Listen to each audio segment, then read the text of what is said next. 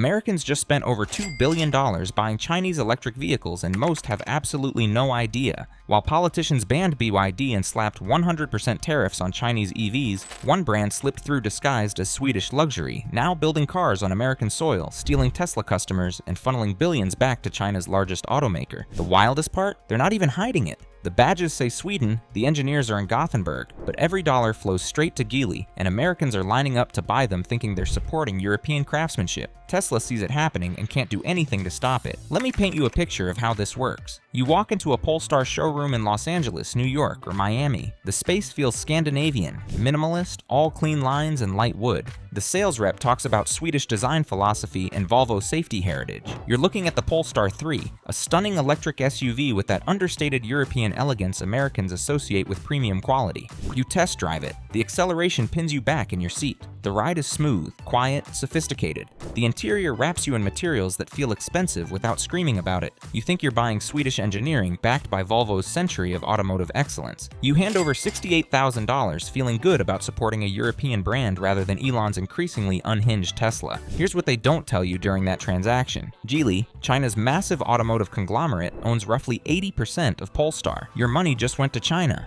Polestar's origin story reveals the genius of this strategy. Back in the early 2000s, Polestar started as a Swedish racing team modifying Volvos for touring car championships. In 2009, they became Volvo's official performance partner, basically Sweden's answer to Mercedes-AMG. Volvo bought them outright in 2015. At that point, Polestar was thoroughly Swedish and European. Then in 2017, something changed. Volvo, now owned by Chinese giant Geely after a 2010 acquisition, announced Polestar would become a standalone electric vehicle brand. Still Swedish, still designed in Gothenburg, still engineered by Scandinavians, but funded by Chinese capital, using Chinese manufacturing, and sharing platforms with Chinese brands like Zeekr. The transformation was complete. A Swedish performance brand became a Chinese EV maker wearing Swedish clothing.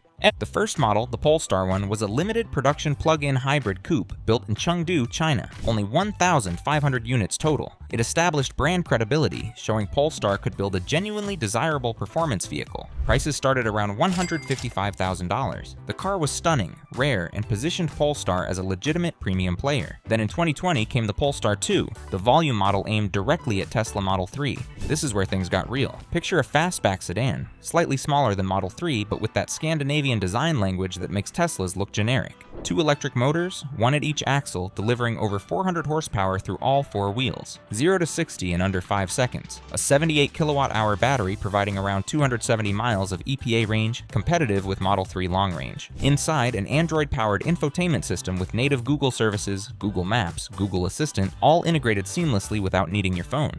Here's where Polestar gets dangerous for Tesla. The Polestar 2 doesn't try to be a Tesla killer through outright performance or range numbers. It beats Tesla on something subtler, but more important for many buyers. It feels premium. When you sit in a Model 3, you're surrounded by minimalism taken to the extreme. The cabin is austere, dominated by that single center screen with almost no physical controls. Some people love it, others find it cold and cheap, feeling for a $50,000 car. The Polestar 2 interior feels expensive, real metal accents, not plastic chrome. Thoughtful physical controls for critical functions, better materials throughout, seats that actually support your body on long drives, sound insulation that makes highway driving relaxing rather than fatiguing. You're not paying for the privilege of being a beta tester for autonomous driving that never arrives. You're buying a car that's genuinely pleasant to be inside. The numbers back this up. Polestar delivered over 33,000 vehicles in the United States through mid-2025. That sounds small compared to Tesla's hundreds of thousands annually, but context matters. Polestar only launched in America in 2021. They're competing against Tesla's 10-year head start and vastly larger dealer network. Every single Polestar sale is a customer who looked at Model 3 or Model Y and chose the Chinese-Swedish hybrid instead. More importantly, Polestar customers skew wealthier and more educated than average EV buyers. These are Tesla's premium customers, the ones who can afford to prioritize refinement over raw numbers.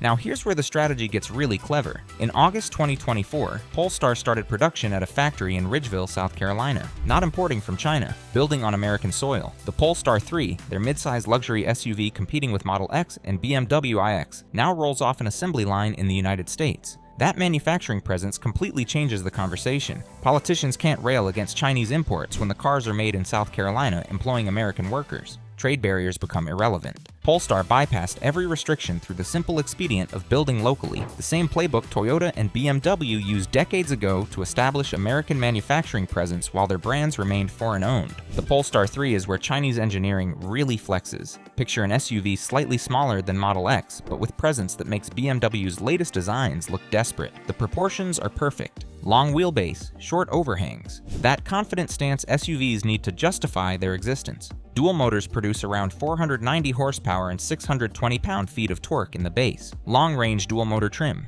0 to 60 happens in under 5 seconds with top speed electronically limited to 130 miles per hour, plenty fast for a luxury family hauler. The range hits 315 miles EPA, competitive with Model X long range. But the experience is what separates this from Tesla. Climb into the Polestar 3 and you're immediately surrounded by luxury. The seats are like armchairs, deeply cushioned with excellent support. Nappa leather everywhere you touch. Real wood trim, not plastic attempting wood grain. The dashboard features a large vertical touchscreen for infotainment and digital gauges, but Polestar kept physical controls for climate and other frequently adjusted functions. You don't need to dive through menu systems to change temperature or adjust fan speed. It's thoughtful design prioritizing usability over minimalist aesthetics. The ride quality destroys Tesla's air suspension setup. Polestar engineered the 3 with dual-chamber air suspension and adaptive dampers that continuously adjust to road conditions. You glide over highway expansion joints that would send harsh shocks through a Model X. The steering has actual weight and feedback, communicating what the front tires are doing, rather than feeling like a video game controller. This is an SUV engineered by people who care about driving dynamics, not just straight-line acceleration numbers for YouTube videos. Under the skin, the Polestar 3 shares its SPA2 platform with Volvo's EX90, another Geely brand leveraging shared engineering. That platform was developed primarily in Sweden, but benefits massively from Geely's scale and battery technology sourced from Chinese suppliers like CATL. The combination of European ride tuning and Chinese battery expertise creates something neither region could build as effectively alone.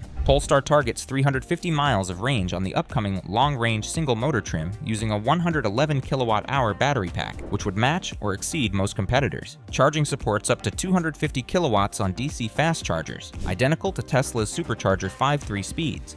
Now, let's talk about the elephant in every Polestar showroom. Americans buying these vehicles have to know they're Chinese-owned, right? Some do, most don't, or don't care. Polestar's marketing emphasizes Swedish design and Volvo heritage while downplaying Geely ownership. Dealership staff are trained to discuss Scandinavian values and sustainability without mentioning Hangzhou or Chengdu unless directly asked. It's not deceptive exactly. Everything they say is true, but the framing creates an impression of European purity that doesn't match the ownership reality. And it works. Customer surveys show Polestar buyers perceive the brand as European premium, not Chinese import. The pricing tells the conquest story. Polestar 3 starts at $68,000 for long-range dual motor. Tesla Model X long-range starts at $80,000. That's a $12,000 gap for arguably better ride quality, nicer materials, and comparable technology. The Polestar 3 performance trim with 517 horsepower and upgraded chassis costs $74,000. Model X Plaid with 1,020 horsepower costs over $110,000.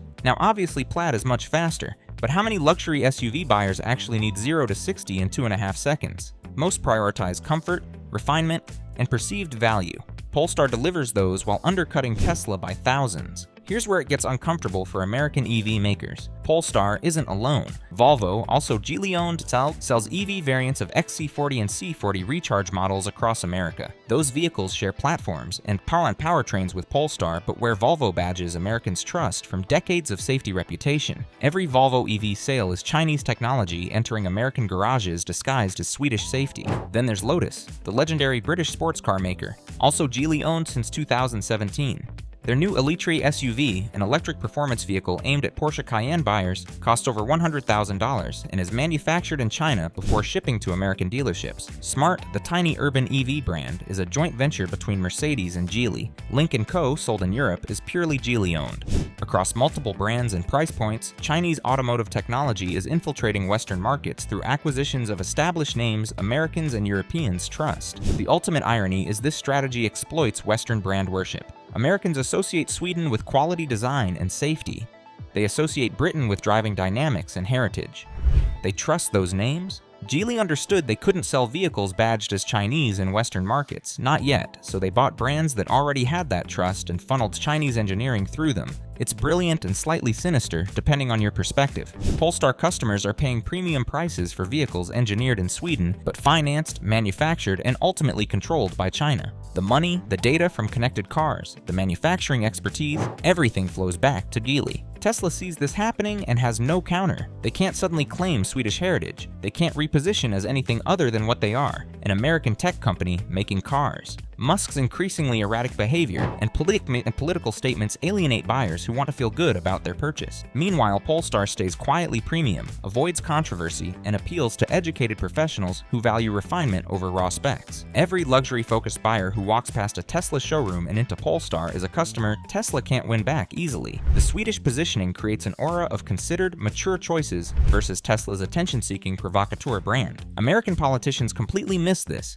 They banned BYD, added massive tariffs to direct Chinese imports, and declared victory while Polestar, Volvo, Lotus, and potentially others opened dealerships across the country. By the time anyone noticed, Geely had established a major American manufacturing presence, employed thousands of American workers, and sold billions worth of Chinese-engineered EVs to Americans who largely don't realize or care about the ultimate ownership. The Trojan horse successfully entered the gates because it looked Swedish, and the guards only watched for obvious Chinese brands. The Polestar 4, launching in America soon, will escalate this further. Picture a sporty electric coupe SUV, smaller and more dynamic than Polestar 3, priced to compete directly with Model Y. Early European reviews praise its handling, efficiency, and that Scandinavian design language. It shares its platform with Zeekr 001, a Chinese EV that Americans will never see, but provides the engineering foundation Polestar wraps in premium materials and Swedish branding. Starting price is expected around $56,000, undercutting Model Y performance while delivering comparable or better interior quality. Production happens in South Korea initially to avoid tariffs, another strategic move using friendly trade relationships to access American markets. This is how China takes over American EV sales without Americans realizing it happened. Not through direct confrontation or obvious imports, through patient acquisition of Western brands, manufacturing in friendly countries or locally, and marketing that emphasizes heritage while obscuring ownership. Polestar sold over 30,000 vehicles in America, and most buyers think they purchased Swedish engineering. Volvo sells thousands more EVs under a brand Americans associate with safety in Scandinavia. Together, they've funneled billions of American dollars to Chinese automotive companies, while politicians patted themselves on the back for blocking BYD. It's strategic brilliance that exploits Western assumptions and brand loyalties more effectively than any direct competition could. Tesla didn't expect this because they assumed Chinese competition would be obvious and easy to block. BYD trying to sell directly? Tariff them. NIO attempting American sales? Ban them. What Tesla missed is that Geely already owned the keys through decade-old acquisitions Americans forgot about. Polestar isn't coming to America. They're already here, building cars in South Carolina, selling through dozens of dealerships, and planning massive expansion. The Chinese EV invasion happened through the front door, with American workers building the cars and American customers enthusiastically buying them. That's the kind of victory that doesn't need military power or trade wars. It just requires patience, capital, and understanding that Americans will happily buy Chinese technology as long as it's wrapped in brands they trust. Polestar proved the formula works, and now Geely is scaling it across their entire portfolio. Tesla can't compete with that because you can't out-Swedish actual Swedish design, even when the money behind it flows from Hangzhou.